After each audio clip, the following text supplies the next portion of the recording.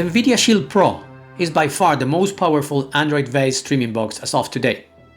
I've had it in my shopping wishlist for a long time now, yet I never got it. As great as it is, there are some issues that prevent me from investing in it. Let's find out what those are.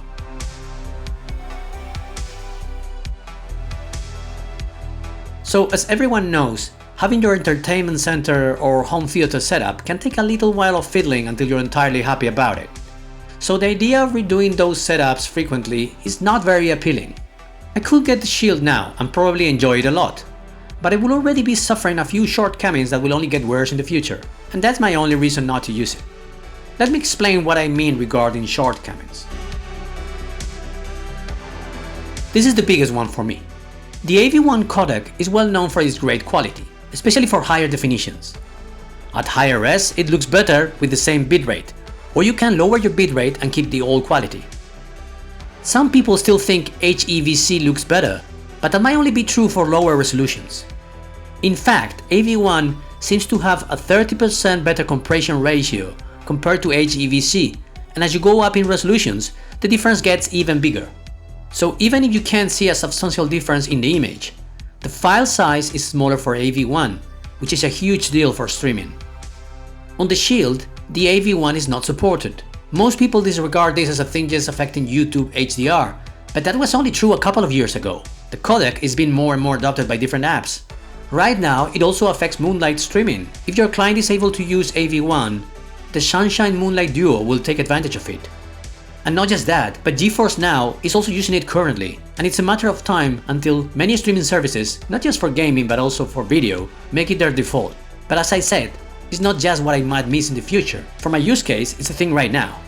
This being said, if the Nvidia Shield was able somehow to incorporate AV1 decoding, then it would be an insta-buy for me.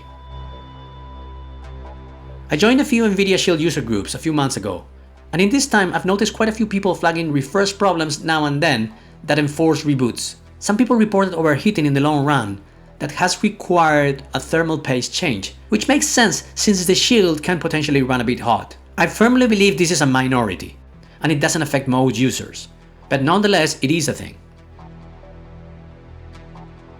Frankly, the price is not an issue to me. I'm just mentioning it because it's commonly brought up.